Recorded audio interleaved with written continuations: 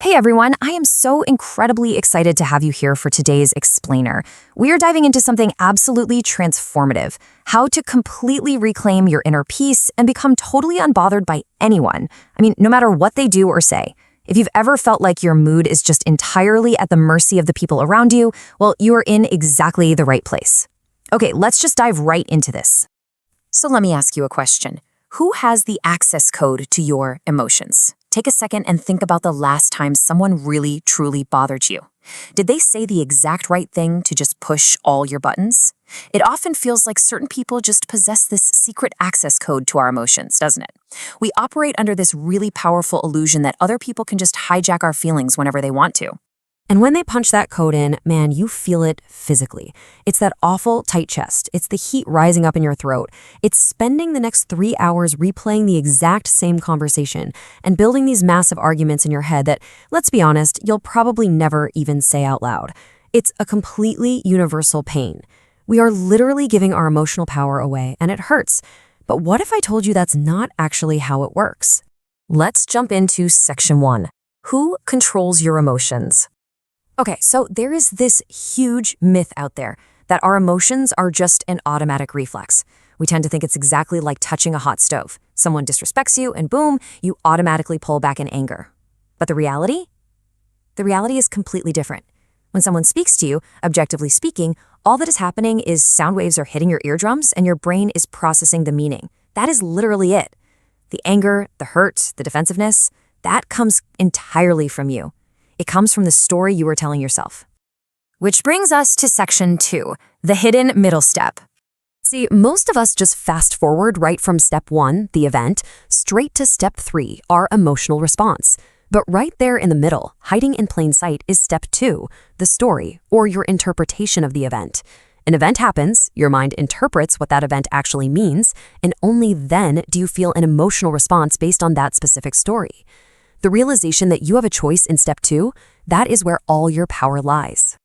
Picture this. 2 people get caught off in traffic. It is the exact same step 1 event. But person A tells a story. They think, he's disrespecting me. He thinks I'll just sit here and take it. So person A is absolutely furious for the next 20 minutes, just white-knuckling the steering wheel. But person B tells a completely different story. They think, wow, he's in a massive rush. Maybe there's a family emergency. Person B forgets about the whole thing in 20 seconds. Same exact event, totally different story, entirely different reality. And, this isn't exactly a new concept. Marcus Aurelius, literally one of the most powerful men in human history, wrote this in his private journal. Choose not to be harmed and you won't feel harmed. He wasn't saying you should ignore reality or pretend everything is fine when it's not. He was recognizing the ultimate form of self-mastery. You and only you get to decide what has the power to disturb your peace. Moving right along to section 3, what anger reveals about you.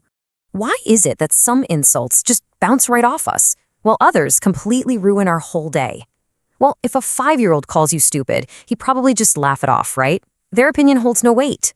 But if a highly respected peer or a colleague says it, ouch, it stings. Why? Because you handed their opinion weight. You gave them the power.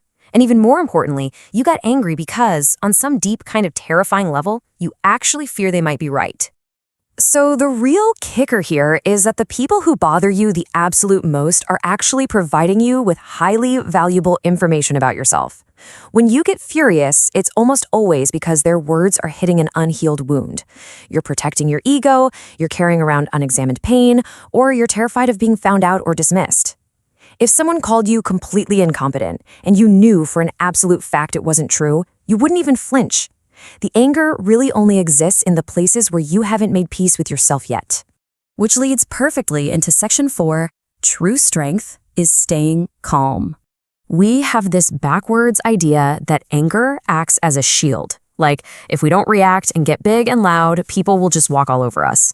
But that is completely false. Reacting, lashing out, escalating the situation actually proves to the other person that they got to you. It proves you are affected. It literally hands over your power.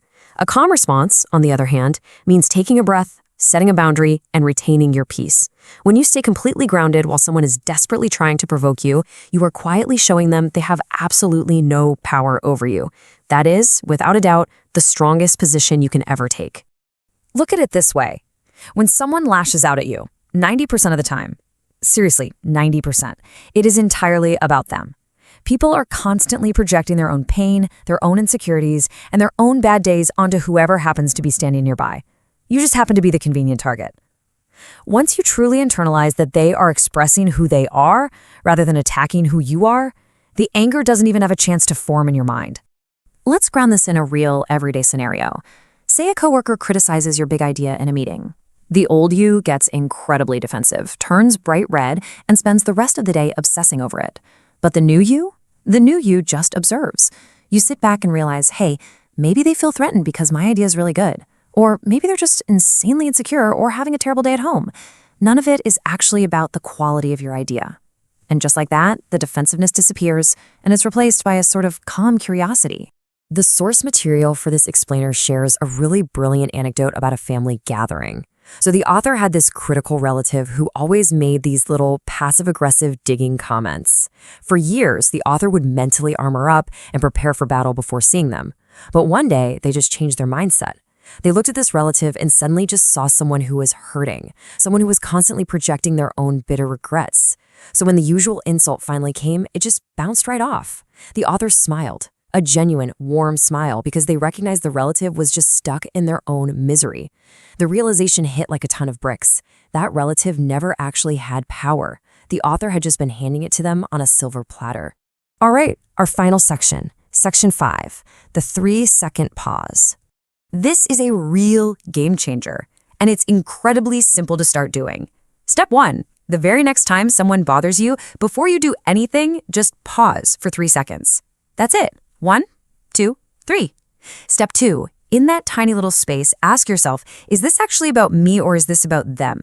And as we just learned, you'll almost always realize it's entirely about them. Step 3, consciously choose to let it go. You can literally say to yourself in your head, I am choosing not to carry this garbage today.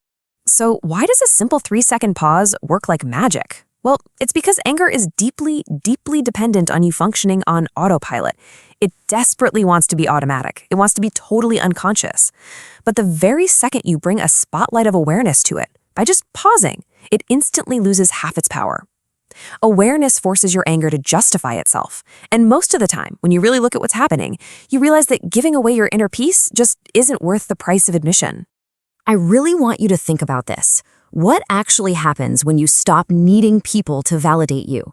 When you just stop needing everyone around you to agree with you or understand you? Everything shifts. Their opinions don't magically change who you fundamentally are. When you aren't frantically looking outside of yourself for stability, you become completely free to just exist. No defense, no permission required. That is what true inner security actually feels like. Now, some people might hear all this and mistake this kind of calm for a cold, robotic detachment, but it's not. It's actually the very definition of real compassion. See, when you aren't being jerked around by your own reactive emotions, you can actually see other people clearly for the first time. You see their pain, you see their fear, and you see that they are just trying to survive the day, exactly like you are.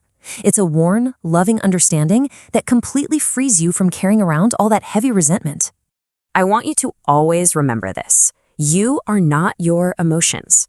Your ego, sure, it wants to fight, it desperately wants to be right, and it really wants to win the argument.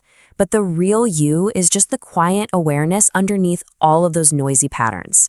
You are simply the space in which those emotions arise and eventually pass. And in that space, you can never truly be disturbed because you are completely clear. And clarity is honestly the calmest power there is. You are the calm at the center of the storm. Look, life isn't going to suddenly get easier tomorrow, and people certainly aren't going to magically get nicer. But you can get calmer, you can get clearer, and you can get freer. So the very next time the world tries to provoke you, what are you going to do? Will you hand over the access code to your mind, or will you take your 3-second pause and remain completely, wonderfully unbothered?